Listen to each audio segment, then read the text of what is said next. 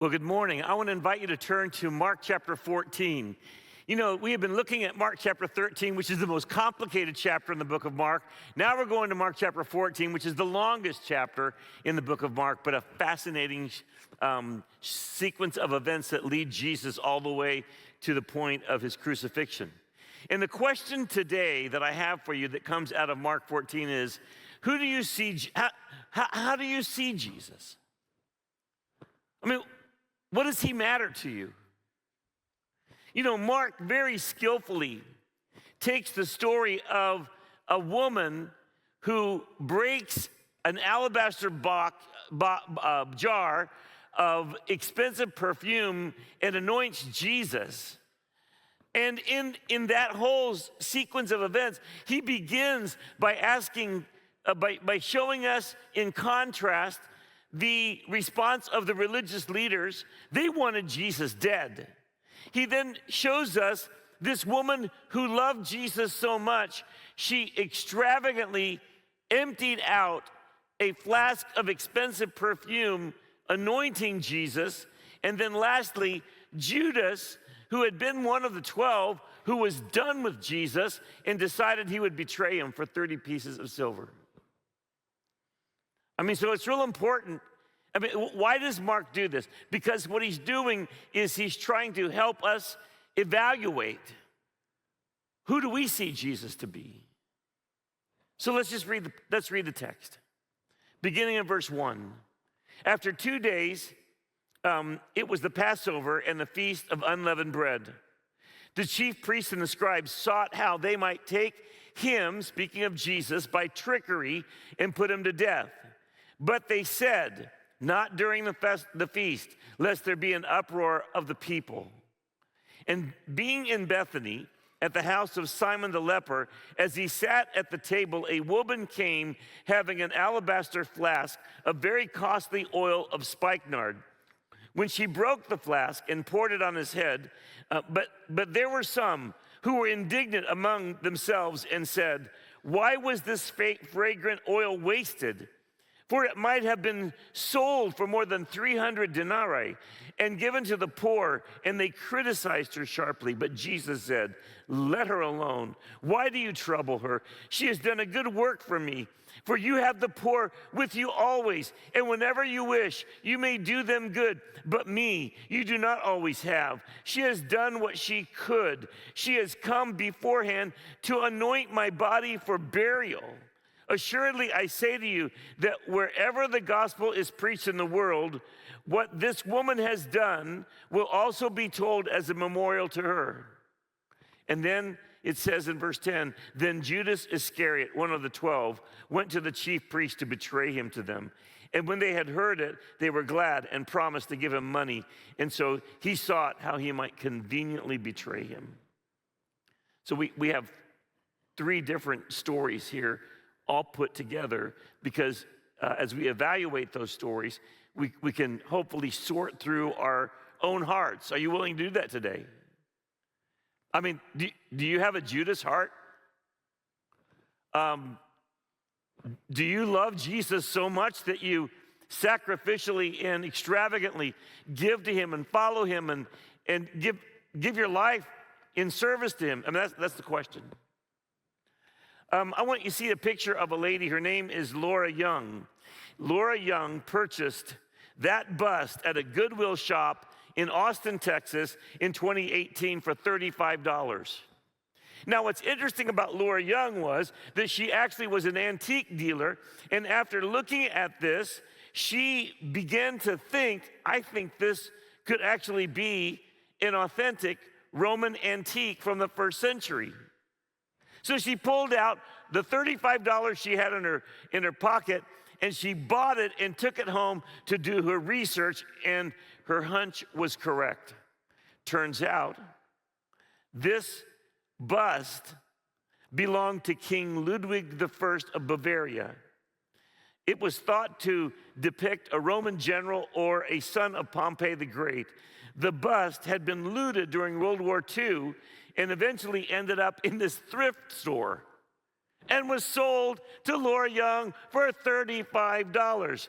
I mean, given its age and its historical significance, if this would have been sold on the open market, it would have easily brought $1 million or more. However, because it was identified as stolen art and culturally significant to Germany, it was legally not eligible for sale. The bust must be returned to its rightful home in Germany, and that began a lengthy legal process for that to happen. Laura asked if the bust could be displayed at the San Antonio Museum of Art during the legal process and before it was returned to Germany. I mean, she said we need to give it some love, and there should be some benefit to the state of Texas because that's where it was found. And furthermore, who wants to have $1 million bust in your apartment, right, that you now owe to the German government?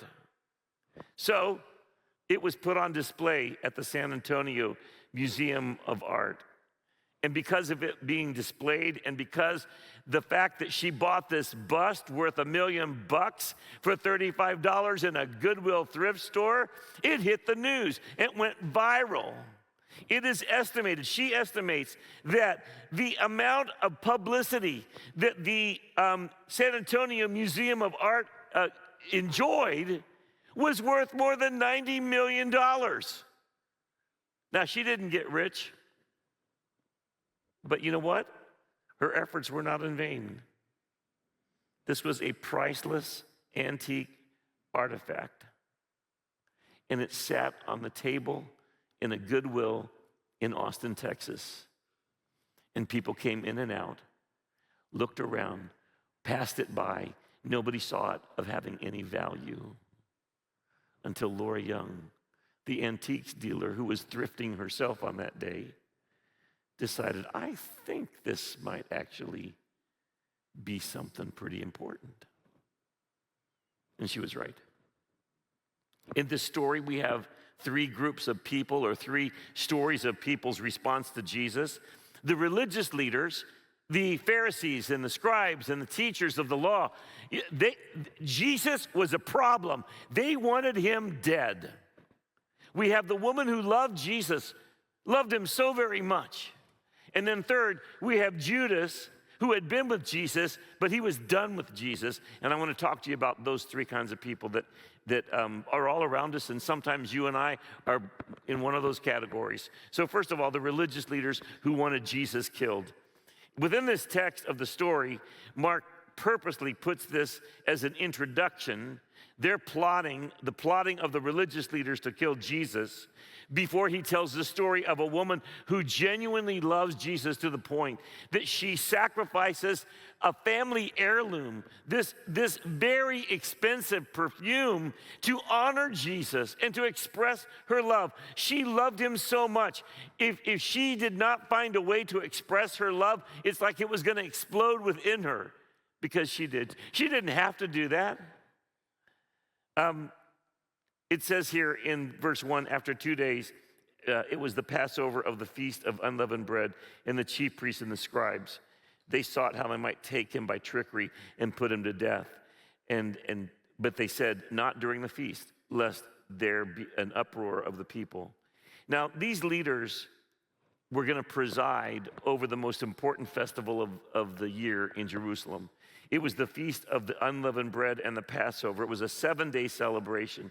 I mean, the population of Jerusalem swelled for this very important day, because the Passover was when this people remembered how that God delivered them out of slavery in Egypt, how that a lamb was killed and put on the door posts and the lintels of their homes. And when God's final judgment in Egypt came that killed the firstborn in every household, they were safe. Their firstborns were not killed. And it was a dramatic moment where God declared, these are my people, and I'm here to take care of them and protect them. And this is followed by 7 days of a feast of unleavened bread. And this should have been one of the greatest seasons of joy and celebration for these men, but it wasn't. They were seething with hatred and anger because Jesus was still here. They were plotting to have him killed. I mean, here, can you just imagine? These leaders of the the faith in Jerusalem, these men who are supposed to be committed to following the law of God and to be all about compassion and justice and morality, they were plotting to kill Jesus because he was a rabbi so popular, they felt like that he was becoming more popular than they were. They were so angry.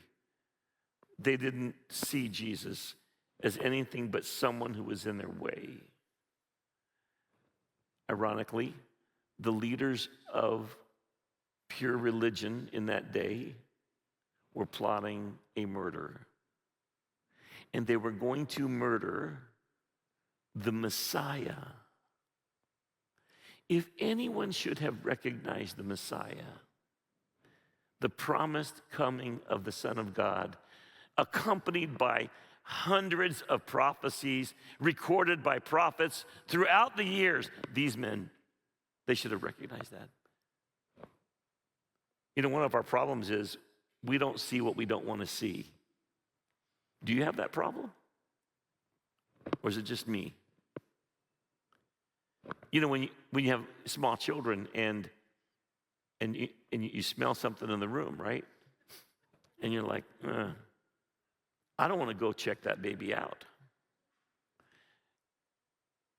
My wife would pick up the baby and say, but this baby is a mess. Eddie, did you not smell this? Oh, well, you know.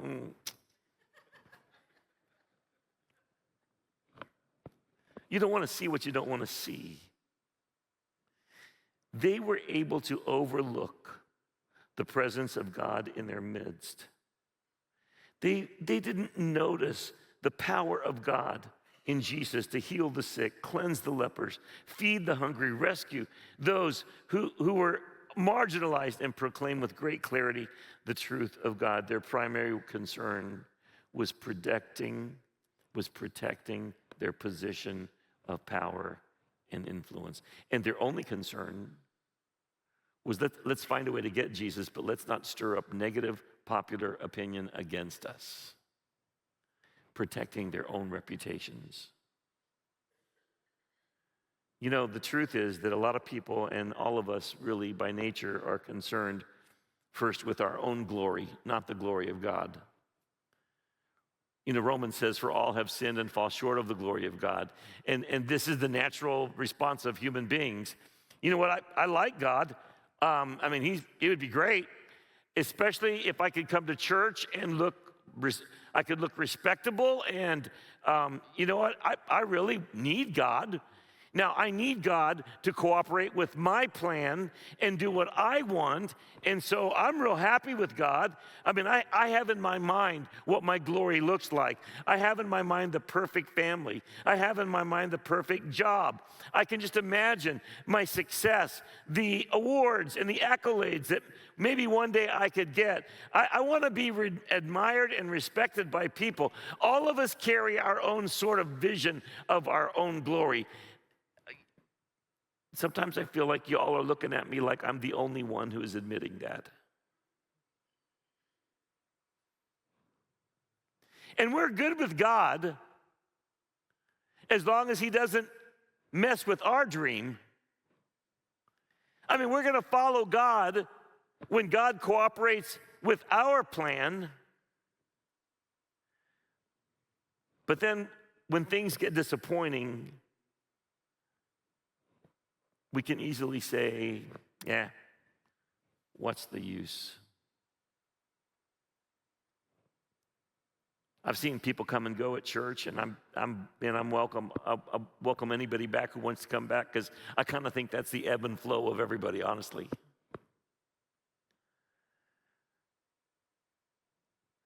God, I'm happy with you until you don't give me the spouse I prayed for.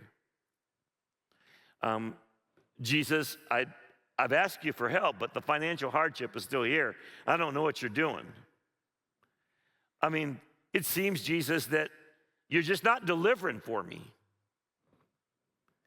Now, it's one thing to be angry at God for not cooperating with your plan, which ironically is a way of saying, I want to be God over God. Do you see that?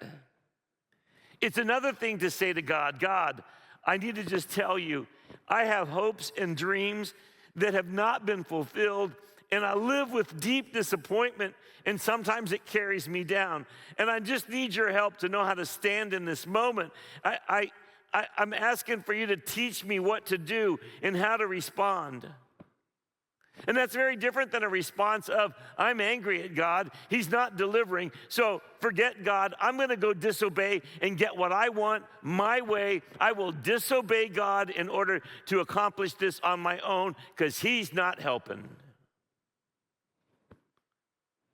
This is the attitude of the leaders and the Pharisees. Then we come to the story of the woman. So it kind of shifts scenes. In verse 3, and being in Bethany at the house of Simon the leper, as he sat at a table, a woman came having an alabaster flask of very costly oil of spikenard. Then she broke the flask and poured it on his head. Now, what we do know is that he was in Bethany. Bethany was right outside of Jerusalem. And Bethany was a place Jesus would often go because his dear friends, Lazarus, Mary, and Martha lived there, and they often welcomed him into their home. And so Jesus actually had friends in Bethany, and apparently this man, Simon the leper, was a friend, and he offered a banquet. He invited Jesus to come to this banquet. It was kind of a party. Now, it's so interesting because he's called Simon the leper. Now, we know that he's not at that particular time a leper anymore because if you had leprosy, nobody comes to your party. You're not allowed to be with anybody else. You're supposed to be out on the streets. So something happened where Simon the leper is now no longer a leper, and we can speculate, and I think rightfully so, it's very likely that Jesus healed Simon of his leprosy. That could have been the reason why the party was thrown. He was just being thankful to Jesus because, his life was over and he was alone and he was out on the streets, and then Jesus touched him and now he's okay and he can actually throw a party, and so he invites Jesus. It's also very likely that Lazarus, Mary, and Martha could have been at that party as well because Bethany was not that large of a town, and they knew each other, and maybe he threw the party because as they anticipated the great holiday of Passover and the Feast of Unleavened Bread, they wanted to just get together and thank God for his deliverance and his help and all of the things he had done for their people throughout all of time. But anyway, a party was given, and it was given by a man who had been healed of leprosy. And then this woman comes in to the party, and she has a flask of perfume, and it specifies how much that perfume was worth, because when she broke the flask, this is like a one and done kind of thing. She broke the flask of this expensive perfume, and it went on his head. There were people who said, look at what she's doing. She undoes her hair and she wipes the feet of Jesus and she anoints him. And for a woman to take down their hair in public was not a polite thing to do. You see, the hair of a woman, according to their custom, was the glory of the woman. For her to take it down was to be very undignified. For her to humble herself to the point of anointing him with oil with this costly perfume and then wiping his feet with her hair was everything stopped at the party. Everybody watched. Everybody was looking. No one has ever treated Jesus with such dignity and respect, love and honor and devotion. What a sacrifice was given. You empty this bottle of perfume worth 300 denarii, and you don't ever get it back. It's not like giving a piece of jewelry where you can always have that value. No. This was a moment in time that would, you know how much that perfume was worth? Scholars say that 300 denarii is about 300 days worth of your daily wage. In today's dollars, it would be calculated this flask of perfume was worth between $30,000 and $45,000. A flask of perfume like this was considered a family heirloom. It was a security. It was like your 40 whatever K, PQ, XY. I don't know what they all are. You don't just open that thing. And they were just appalled. You're kidding me. You interrupt this party by offering a gift so valuable. It's worth between $30,000 and $45,000, and you're humiliating yourself because of your great love and devotion for Jesus, so that you take down your hair and you're wiping his feet with your hair. Now, I'm just here to say, I've never smelled perfume that cost $35,000. Have you? I don't know if there is. This is a long way from my first experience with some kind of cologne. The first experience I ever had with cologne was my dad's Old Spice. Remember Old Spice? Anybody here? You bought that in the dime store. There was no $35,000 going on there, I'm telling you, I promise. Because he shared it with me, his little son. You know, when I was trying to court Cindy, I really, I thought, man, she's the one. I got to get her. I even worked at a jewelry store and bought a loose diamond in preparation because I thought I was on a roll. So I thought, I'll buy the diamond first. We'll get the setting later. But, step by step, and I'll be ready. I went to see Cindy after buying that diamond. And I decided, she lived in Detroit. I flew to Detroit. And I thought, well, I can't come empty-handed. I need to buy her something. I'll buy her some expensive perfume. So I went to the mall, and I'm looking for expensive perfume. I have no idea what I'm doing. I don't buy beautiful perfume that just wasn't me. And so I thought, okay, I'll buy her what I think my mom likes. So I picked out this Estee Lauder. Anybody ever heard of Estee Lauder?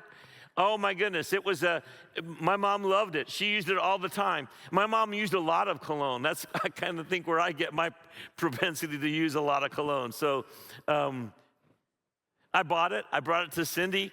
And after I met her, I got the speech from her that day. Eddie, listen, you and I are such great friends. And I don't want to destroy our friendship. And so I don't think anything romantic will ever come out of this. Unless, of course, God were to change my mind. Let me translate that to boy speak. So you might as well hang it up, buddy, because it ain't going to be you who's going to change my mind. That's how I was devastated. However, I'm here to tell you, it worked out in the end. We've been married for 40 years, have 5 kids, 3 grandkids. This is a good story. It wasn't at that moment.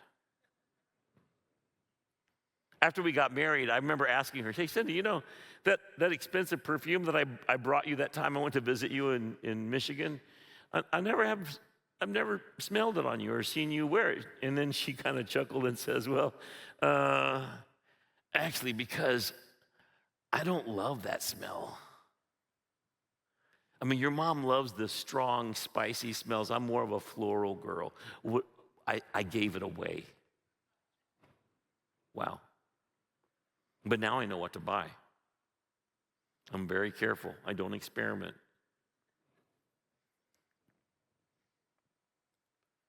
This woman comes and brings a very costly gift. And in the criticism she gets because of her great love and devotion and sacrifice, Jesus says these words in verse 8, leave her alone. She has done what she could. She has come beforehand to anoint my body for burial. Now remember, we are days away from the crucifixion of Jesus.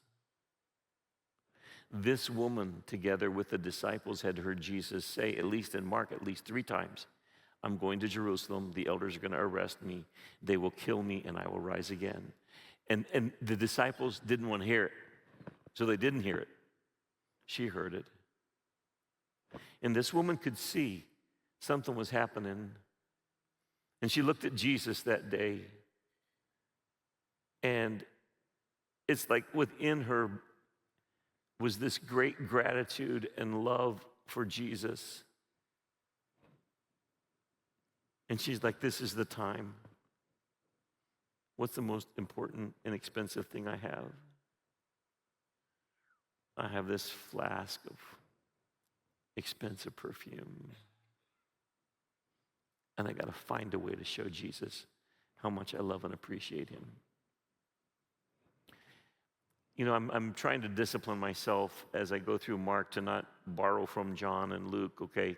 But I'm going to break my rule right now. I'm going to speculate, probably, and I have good reason to, that this woman who anointed Jesus is the same woman that we read about in the other Gospels, and it was Mary, the sister of Lazarus. She's sometimes known as Mary Magdalene.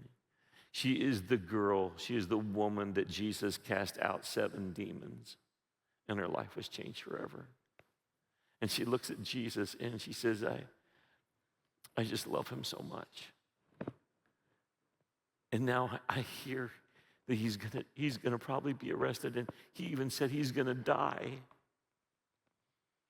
And so I gotta show him what I feel. And I don't care if everybody thinks I'm a fool. I have got to express my love and devotion. And so she does.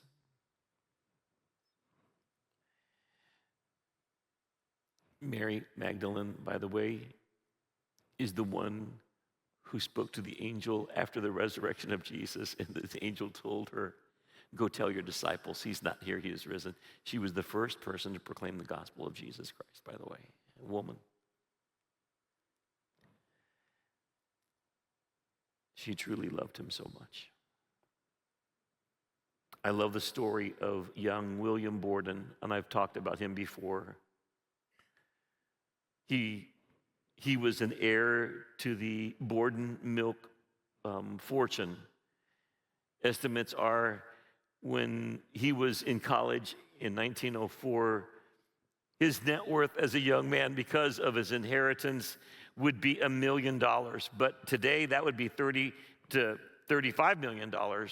And at the end of graduating from Yale, he said, you know, I'm not going to do what everybody expects me to do, and that is to join the family business. And he says, I actually feel God has called me to be a missionary, and so I'm leaving and I'm going. And before I go, I just want to just tell my family I'm renouncing my inheritance. I don't want the money. I can't be in the business. I'm going to just go because there are people who haven't heard the gospel, and that means so much to me. So he left as about a 25-year-old and went on his journey, stopped in Egypt to learn the language of the people he was going to go and minister to. And while he was there at 25, he contracted spinal meningitis, and he was dead at 25. And many people said, that young man wasted his life. That young man was a fool. But William Borden famously wrote these words in his Bible: no reserves, I don't want the money. No retreats, I'm going no matter what. And lastly, he wrote as he died, no regrets. He was like the woman. He said, I just got to give it all away. Lastly, Judas was done with Jesus. It's such a mystery, such an incredibly sad thing. Judas Iscariot, one of the 12, went to the chief priest to betray him to them. And when they heard it, they were glad, and they promised they'd give him money. So I'm going to start looking for a convenient time for you to arrest him out of the public eye. If you've read the Bible, you know how that happened.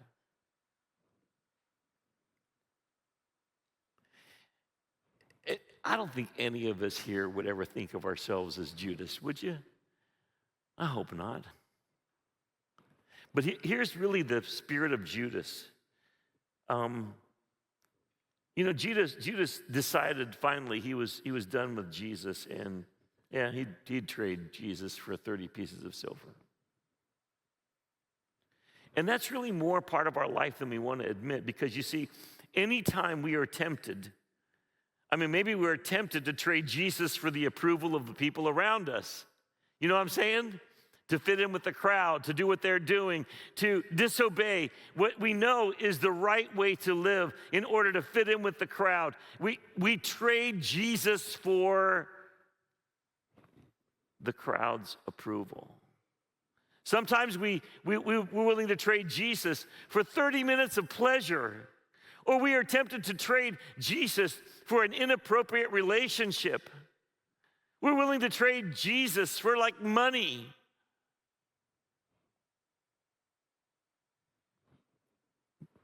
And none of that's going to make sense in the end. This passage challenges us to evaluate where we stand with regard to who we think Jesus is. I don't know if anybody here remembers a superstar rocker by the name of Alice Cooper. Anybody know who that is? Yeah, okay. For everyone who wasn't around in the 70s, let me tell you who he is. Alice Cooper was one of the biggest rock stars on the planet. He was famous for his gothic look. He pioneered a blend of theatrical horror elements with rock music, creating extravagant stage shows that included guillotines, electric chairs, fake blood, and snakes. Alice Cooper, this guy, he was called the godfather of shock rock. He sold upwards of 50 million records and earned somewhere around $70 million. Ironically, Alice Cooper was the son of a preacher. That's why it got my attention, because I was the son of a preacher. But Alice Cooper, after being in church for all of those years, decided, I'm done with Jesus. And he went as far away from Jesus as he could. And he succeeded. And he had everything. And then he got involved in drugs and alcohol. This is a story so familiar, isn't it? And when he was somewhere around 30 years old, his buddies were all dying in the late 20s because of their involvement in drugs and alcohol. But he woke up one morning and he threw up blood. And his wife, because of the alcoholism, and his wife said to him that day, his wife named Cheryl, who was also a preacher's kid, okay, said to him, the party's over.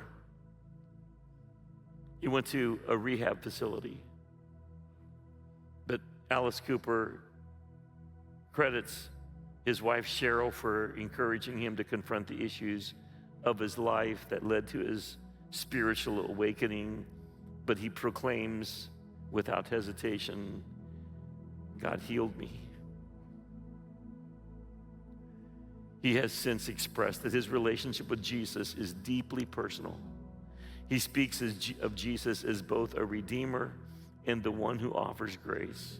Cooper describes how it was the fear of hell initially that brought him back to his faith, but it was the realization of God's love through Jesus that truly transformed his life. For Cooper, Jesus is not just a religious figure, but a source of constant guidance.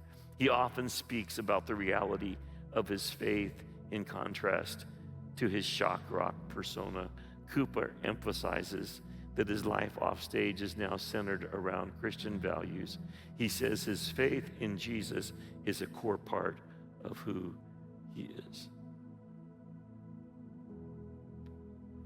He walked away.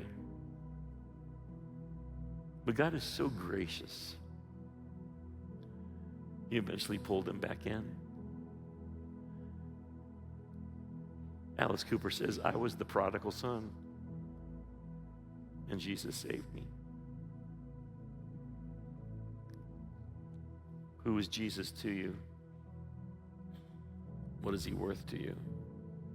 It's a good question. One of the great songs of the faith is the song, When I Survey the Wondrous Cross. Let me just share the words. when I survey the wondrous cross on which the Prince of Glory died. My richest gain I count but loss, and pour contempt on all my pride. See from his head, his hands, his feet, sorrow and love flow mingled down. Did e'er such love and sorrow meet, or thorns compose so rich a crown? Were the whole realm of nature mine, that were a tribute far too small. Love so amazing, so divine, demands my soul, my life, my all. And that's what this woman demonstrated, and we're still talking about her. She gave it all. I want to ask you if you would to bow your heads, please. And I want to tell you that if you read the Bible, here's the message. All have sinned and fall short of the glory of God. And we're chasing our own glory, and like Alice Cooper chased his glory, he succeeded, and he was dying on the inside. And sometimes there are temptations or opportunities or things that come into our lives, and so we kind of have a moment like Judas. Are we going to trade Jesus for this other thing? Or are we going to just say, no, I give you everything. I give you my life. Jesus, I need you to forgive me of my sin. You know what Jesus did? He poured out not perfume, but he poured out his blood on a cross a few days after this so that he could have the forgiveness to say to you, come to me and I will save you. Do you want to be saved? Do you want Jesus to come? And you don't even know what he's going to do. It's so much better than you could ever even imagine at this point. But if you would just say to Jesus, Jesus, I ask you to forgive me of my sin. I'll surrender my life to you. Save me. He will. He will. Trust him. Trust him. He won't take away something from you that he doesn't replace with something much better. And for all of us, are we willing to give him everything we have and live in a state of constant surrender?